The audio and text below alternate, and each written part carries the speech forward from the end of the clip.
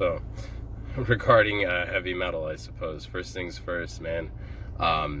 You know, if we can get into a talk about how much Ronnie James Dio means to you, more than likely we're brothers. Just to let you guys know, I've listened to some of the Elf stuff and Dio's solo stuff, but for me, it's Rainbow and Black Sabbath for Mr. Ronnie James Dio. I will definitely listen to anything he has put out.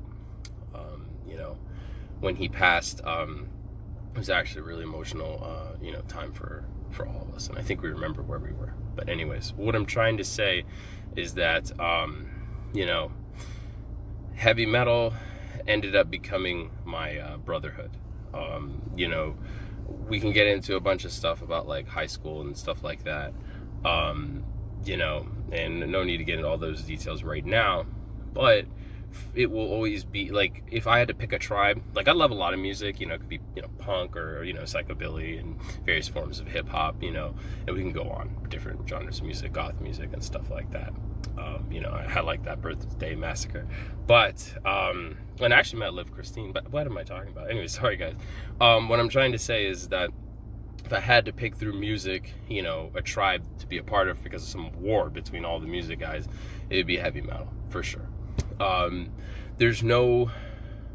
It doesn't matter, like, if you're like, if there's things about you that people would have made fun of you for or whatever, we are united on this. You meet a guy, you guys start talking about Candlemass and doom metal and stuff like that, you already know this is your brother. You could feel it, now of course, I can't tell everybody how friendships work and stuff like that, but for me, that's how it ended up being. Go to bat for guys. In high school, for instance, I went to a very difficult type of high school. It was a military school, it was all boys, and we're all delinquents, that's why we're there. And, there was a kid who was catching a lot of static because, they had witch hunts there, if people thought you were gay or whatever. And, all I needed to know was that he listened to Opeth. I didn't give it a shit. I was, right there, trying to look out for him and stuff like that. And this isn't so much like a virtue signal thing, because, I don't even have Facebook. I've lived most of my adult life around, the strip club underworld, with like, drug dealers and guns and knives and stuff like that. So, I mean, this country doesn't really influence anything about how I feel about anything. But yeah, the heavy metal kids took me in, when, jock culture and thug culture and all the different types of cultures that you would find in a high school where they would, hurt kids and stuff like that. It was the heavy metal kids who really took me in. It was mainly two brothers. I mean, there's other people, who become a part of that. But, it's the early 2000s, and, I don't know about metalheads in this generation, but, back then we were kind of similar to a lot of the 80s guys where, we get a lot of fights.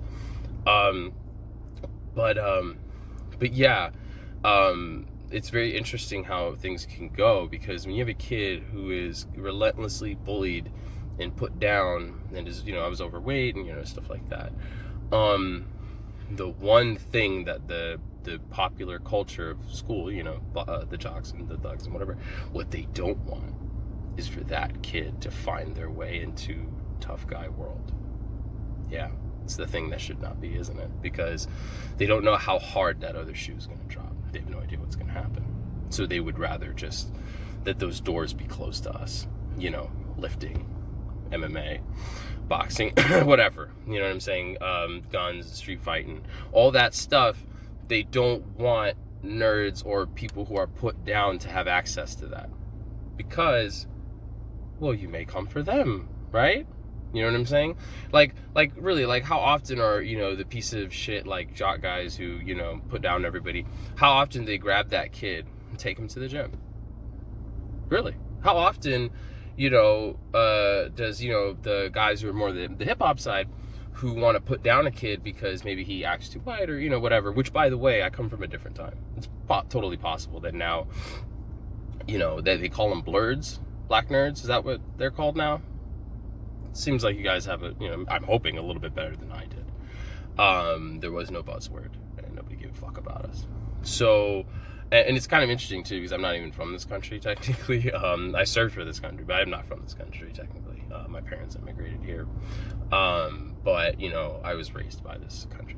Anyways, so, like, what ended up happening was that all that pressure and self-hatred and everything that these people had done to me, once I was taken in by the children of a biker, yeah, he was a bad dude.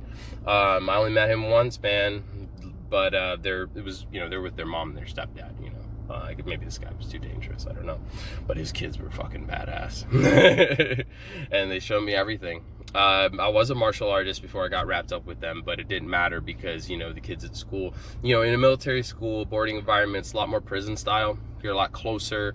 People get jumped. You got lookouts. It's for real. So even though I was a, you know, Taekwondo sparring champion, you know, but it's in middle school, and what the fuck, who cares? You know, I'm in high school, and I'm in close quarters with, you know, kids, some of which the court sent them there. Yeah, man, it's not a joke, dude. And so, you know, I'm throwing kicks and shit like that, and being put on my ass and punched in my stupid fucking face and choked out. You know what I'm saying? Beat the fuck up. Right. I'm trying not to cuss, but there you go. So once I got wrapped up with these kids, they were like, nah, man, let's forget about your kicks for now. It's not going to work out. And they didn't know how to instruct me or anything, but their style of fighting was kind of like a very angry version of Jocko's, like, wrestling and boxing stuff that he talks about. This was like brutal hockey fighting, I guess. They slam people into shit, and for instance, if you're clinching with somebody and you want to get a superior position, slam their head against the wall, then get your superior position.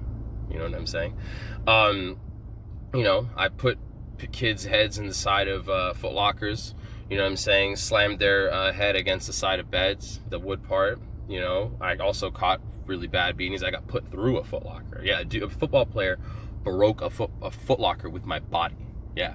So, you know what I'm saying? And, like, you know, you're holding people with that, you know, arm, and then you punch the shit out of them and then grab them and elbow and slam. Like, your left arm is kind of like, it becomes kind of like with the knife, like the sewing machine, how you hold somebody and stab the shit out of them. It's kind of like that, but you'd punch them and then try to, like, you know, grab and hold it, whatever. You know, it goes on. All I'm saying is that this was the style of fighting that was given to me by these guys, and they couldn't instruct it into me. They just had to beat the shit out of me, but as my friends. And of course, I also started bringing the pain to my friends as well. Good times all around, you know. We became kind of an army. I'm sorry, still recovering. And we took the fight to the enemy, if you will. You know what I'm saying? And it was so great as time went on, watching these faces change. You know, watching these people who thought that they had some kind of, you know, superiorness over us or whatever, get stomped. You know what I'm saying? You know, we jumped people just like how they jumped me, you know? I remember my boy's older brother, even when he was a sophomore, seniors didn't want to fuck with him, you know? And I got my ass whooped, and he was, like, really upset that it was a senior who was a bitch, a senior who a lot of other seniors didn't respect, came at me, a freshman, and whooped my ass. And so my friend's older brother said, bring him to me. And so he was somewhere in a hallway, and I kept talking shit to the dude and pulled him, and then, you know, my boy came out. And of course the guy didn't want to fight him, but he kind of pointed out that, whoa, you're a senior, and you're backing down from a fight from a sophomore? Yeah, he kind of had to fight then to get his stupid ass whooped. That's what you get. So, you know, heavy metal is music to me, just like everyone else, just like everything else, you know what I'm saying? But there is something more there for me as well. It is kind of like a tribe. You know, and if you listen to heavy metal, I'll go to bat for you. You know what I mean? Like, you know, obviously there's things you can do where it's on, you know, where you just have to go. You know what I mean? Like, you know, if you're, you know, a sex offender or whatever, obviously. But what I'm just saying is that, for me, heavy metal was not just music. It was a brotherhood. You know, there's no race, there's no nothing, dude. It doesn't matter. Like, you know what I'm saying? If you want to talk to me about your favorite, you know, types of thrash bands, or how do you feel about the thrash resurgence in the 2000s? You know what I'm saying? It was an interesting time. You know, some guys call it pizza thrash or whatever. You know, that's how Go Nillock feels about it. You know, Go Nillock. That guy's hilarious. You should definitely watch his stuff. Okay, guys. you know,